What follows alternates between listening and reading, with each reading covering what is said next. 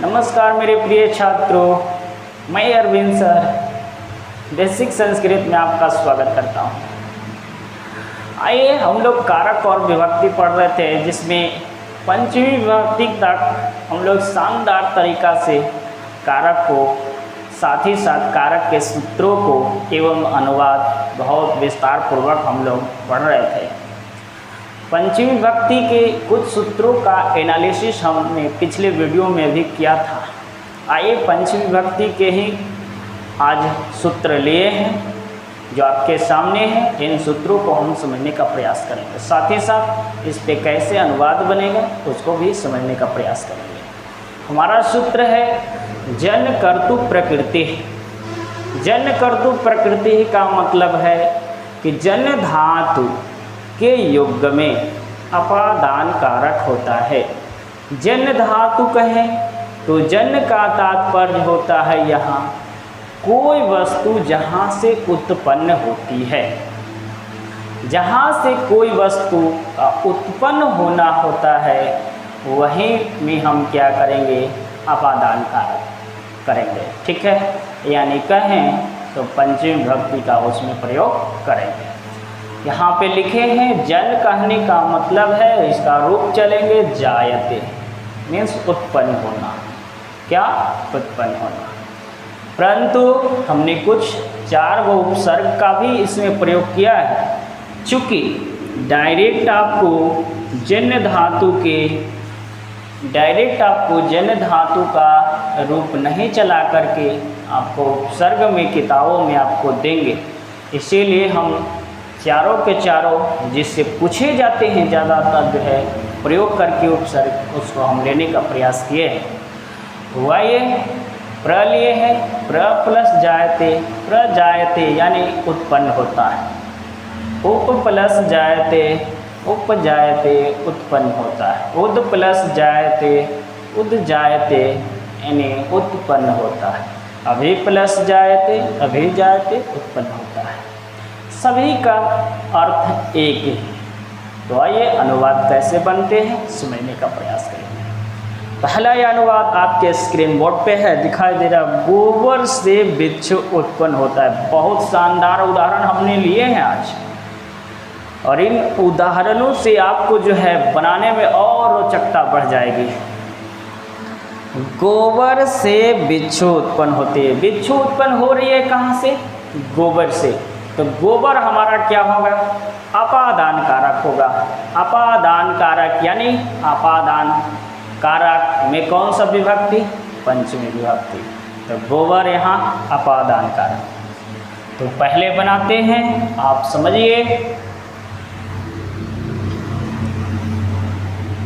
पहले हम कर्ता बिच्छू ले लेते हैं। हमको पहले ही बताए थे कि कर्ता यहाँ कौन है भैया? बिच्छू।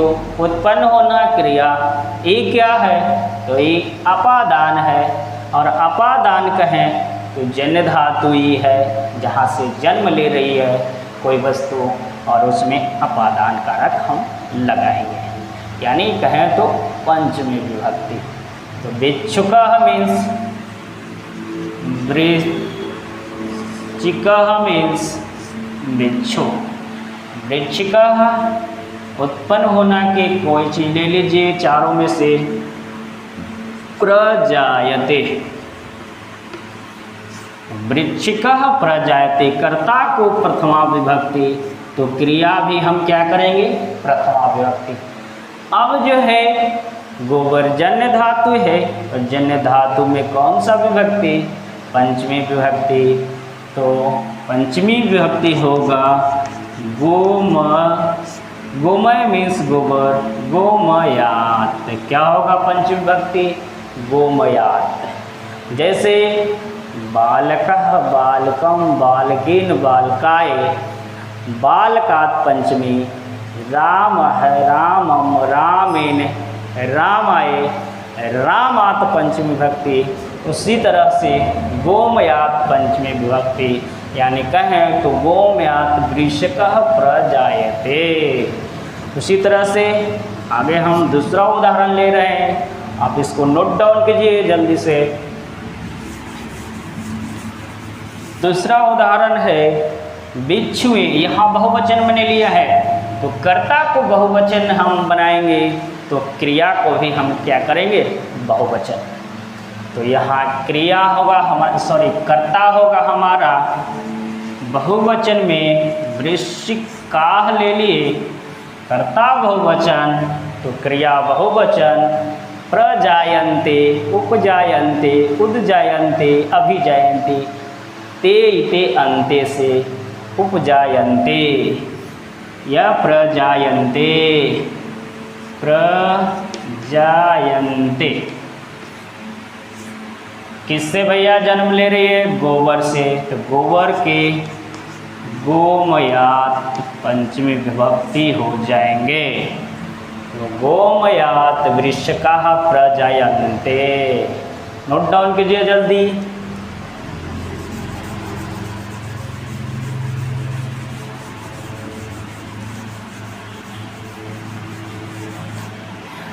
आइए यहीं पे हम बना ले रहे हैं, वृक्ष, बीज से वृक्ष उत्पन्न होता है, तो वृक्ष का पहले कर्ता लिख रहे हैं पादपः, कर्ता को लिख दिए कर्ता पादपः, वो एक ले रहे हैं क्रिया में प्रथमा विभक्ति जो है, सॉरी कर्ता जब प्रथमा विभक्ति में, क्रिया प्रथमा विभक्ति में, प्रजायते उपजायते कोई एक ले लीजिए, तो हम लिख रहे हैं उपजायते।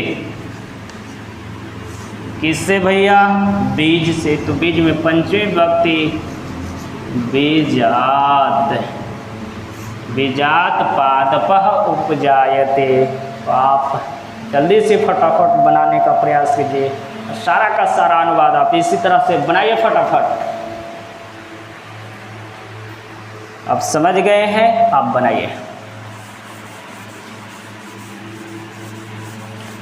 आगे है काम से क्रोध उत्पन्न होता है, काम से क्रोध, क्रोध क्रोध, कर्ता को प्रथमा, क्रिया प्रथमा व्यक्ति में, उपजायते या उद्जायते, अभिजायते, कोई एक चारों में से, उपजायते हम ले लिए हैं।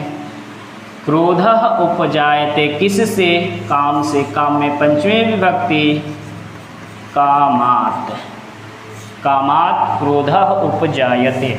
चलिए आगे उतारते जाइए, चलिए उतार लिए तो एक बार कंफर्म कीजिए, यस से उतार लिए।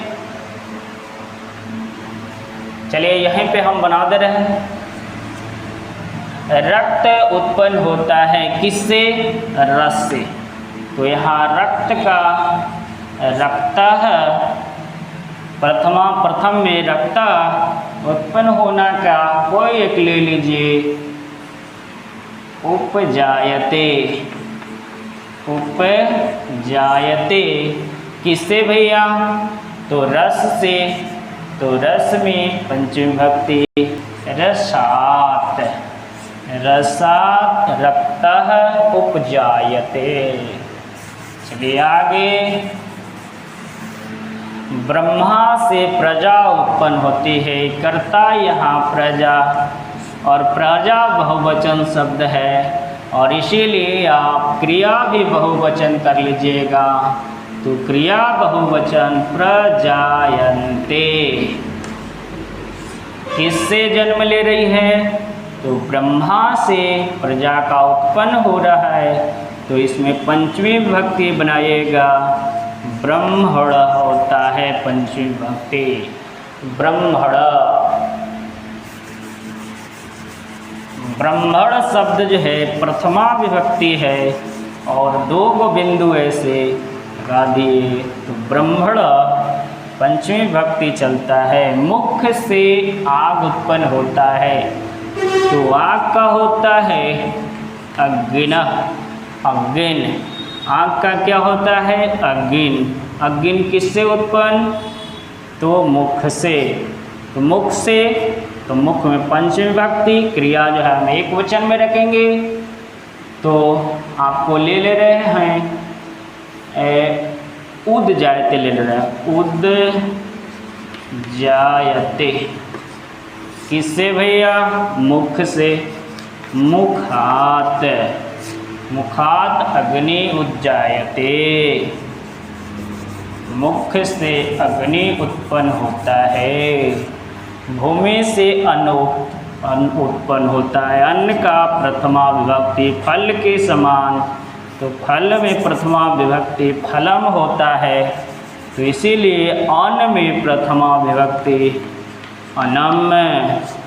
अनम एक ले लेते हैं कोई भी, प्रजायते, और कर्ता कहाँ से? भूमि से, तो भूमि में पंचमी विभक्ति लगेगा, तो भूमि होता है। भूमि का पंचमी विभक्ति भूमि। पाप से कष्ट उत्पन्न होता है। कर्ता को फल के समान, तो कष्ट का क्या होगा? कष्टम। कष्टम और क्रिया प्रथमा विभक्ति में उपजायते ले रहे हैं, उपजायते। उपजायते किससे भैया? पाप से, तो पापात। पंचमी विभक्ति क्या बनेगा? पापात। पापात कष्टम उपजायते, पाप से क्या उत्पन्न होते हैं? तो कष्ट उत्पन्न होते हैं। नोट डाउन कीजिए जल्दी। और अगले सूत्र, और वह इससे भी बहुत बिजोड़ सूत्र है, और हर एग्जाम में उससे 10 में तो बिल्कुल पूछे ही जाएंगे। और उसी सूत्र वाक्य जो है बच्चा जो है रट्टा मार लेता है, कहता है कि ये वाला पूछेगा सर, हिमालय से गंगा निकलती है, वही वाला सूत्रवा है, तो उसको जो है हम लेने का प्रयास कर रहे हैं। स्क्रीनशॉट लीजिए।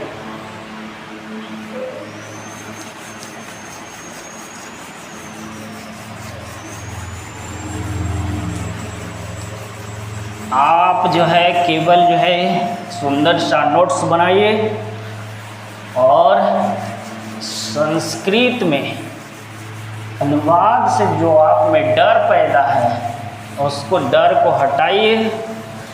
और जैसे अन्य सब्जेक्टों में भी आपने बिहार बोर्ड में नंबर लाते हैं, वैसे ही संस्कृत में भी आप लाइए। आइए दूसरे सूत्र की ओर हम चलते हैं। दूसरा सूत्र हमारा इसमें है, सूत्र नंबर आगे है हमारा भूव प्रवश्च। भूव प्रवश्च।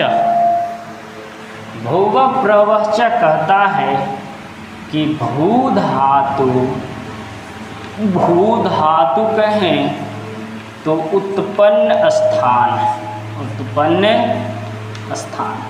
देखिए सूत्र एक ही है, सूत्रों में थोड़ी सी भिन्नता है, पर दोनों एक दूसरे के पूरक है। थोड़ी सी भिन्नता है, पर भैया वही न बात हो गई। तो सूत्र भिन्नता है, पर अनुवाद में भिन्नता बदल जाएगी। तो भू धातु के युग में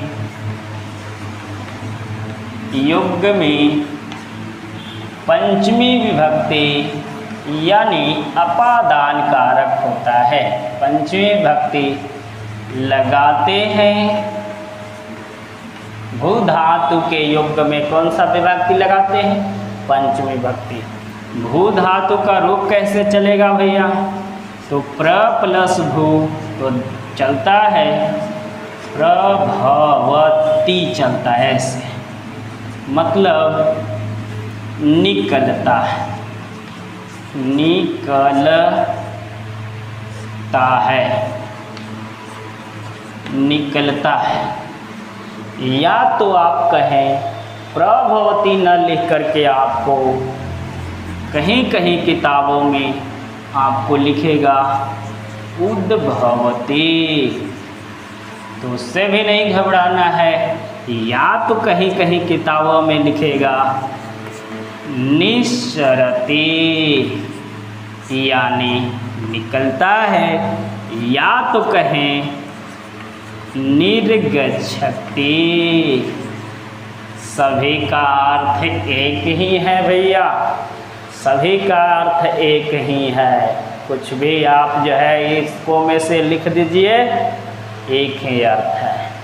पर किताब में बच्चा को कोई में से दे देता है तो कोई में से, तेई में से तो कोई में से दे देता है, एक ही जानने रहता है तो कहता है कि भैया ये तो गलत हमने कर दिया। नहीं, वो गलत नहीं बनाता है, पर थोड़ा सा उसका समझदारी नहीं होने के कारण वो समझ जाता है कि सर हम गलत बना दिए, पर एक ऐसा बात भी नहीं है कि वो गलत बनाया है। ठीक है, तो आइए समझते हैं इस पे उदाहरण, शानदार उदाहरण जो एग्जाम में डायरेक्ट पूछा जाता है, वही उदाहरण हम ले रहे हैं। हिमालय से गंगा निकलती है, या गंगा हिमालय से निकलती है। गंगा कहाँ से निकलती है? हिमालय से। तो जहाँ से उत्पन्न हो रही है नदियाँ, जहाँ से उत्पन्न होगी उसी में क्या लगाएंगे हम? अपादान कारक, कहें तो पंचमी विभक्ति। तो गंगा हिमालयात, हिमालयात पंचमी विभक्ति, कोई एक लगा लीजिए, प्रभवती लगाइए, या आप लगाइए, उद्भवती या निसरते या निर्गच्छते। ठीक, इसको नोट डाउन कीजिए। और एक बात और ध्यान में रखिएगा कि अगर ये शब्द नहीं लिखा रहेगा आपको और ऑप्शन में आपको ऐसे रहेगा गंगा हिमवत प्रभवती रहेगा, या उद्भवती रहेगा, या निसरती रहेगा, या निर्गच्छति रहेगा, तो आप समझिएगा कि गंगा हिमालय से निकलती है। चूँकि यहाँ हिमवत पंचमी विभक्ति आपको पहले से ही लगा के दे देता है, और इसीलिए ये बात भी लिखल रहेगा, तो आप नहीं डरिएगा कि सर हिमालयात नहीं लिखल था।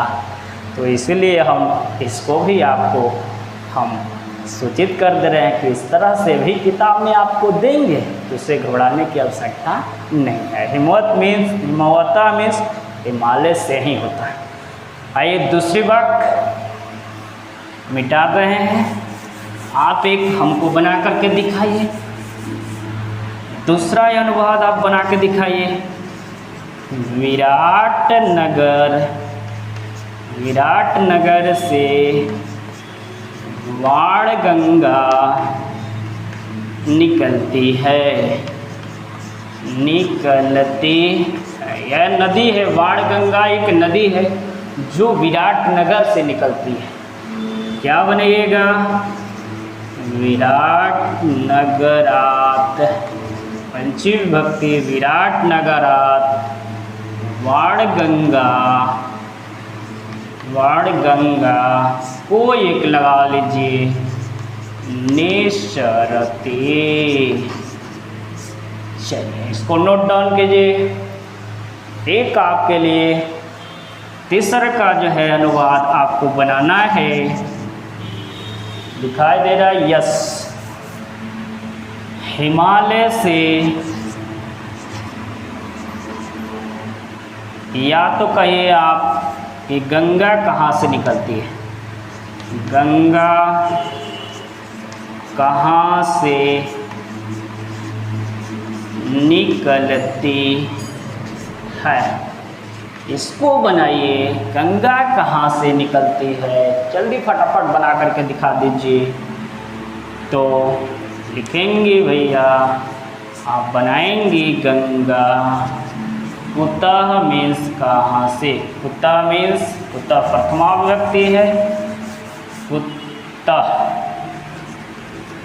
कुतः, और निर्गच्छति या निसरति, उद्भवति या प्रभवति, निर्गच्छति। तो जल्दी इसको भी नोट डाउन कीजिए। और एक दो वाक्य से आप समझने का प्रयास करेंगे, तो इसको ध्यान दे करके समझने का प्रयास कीजिए। पंखा बहुत तेज़ी से चल रहा है तो बोर्ड इधर उधर हो रही है। बोर्ड का जो है पंखा इस बार बंद करके ही अगली बार हम वीडियो बनाएंगे, क्योंकि पंखा बहुत परेशानी कर रही है, आवाज़ भी ज़्यादा देता है। तो हर वीडियो में आपको सनसनाहट भी हो रही होगी। तो आपसे अनुरोध है कि अगर जो है आप बनाते हैं या पढ़ते हैं इस चैनल से, तो थोड़ी सी कम आवाज़ कर करके आप सुनिएगा आवाज़, तो ज़्यादा बेहतर रहेगा। आइए आगे हम ले रहे हैं, पर्वतों से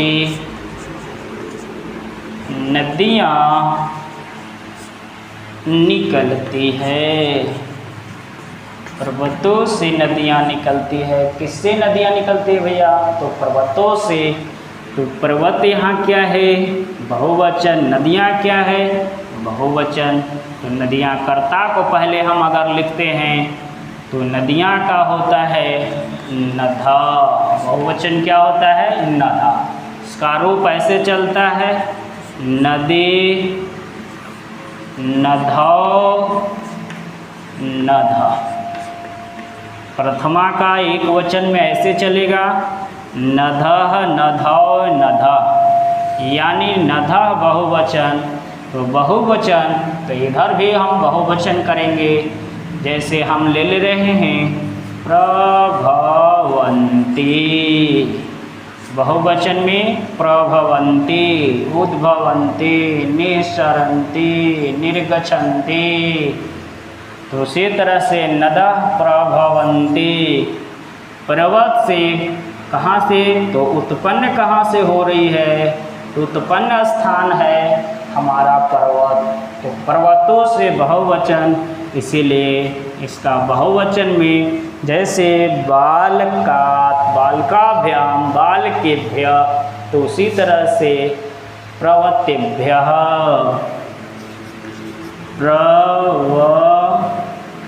प्रवतेभ्यः, प्रवतेभ्यः नधा प्रभवन्ति। नोट डाउन कीजिए। एक और बना करके दिखाइएगा या आप। विंध्याचल से बनाइए आप। विंध्याचल से, विंध्याचल से सोन नदी, सोन नदी निकलती है। विंध्याचल से कौन नदी निकलती है भैया? सोन नदी। क्या बनाइएगा? तो बनाइएगा या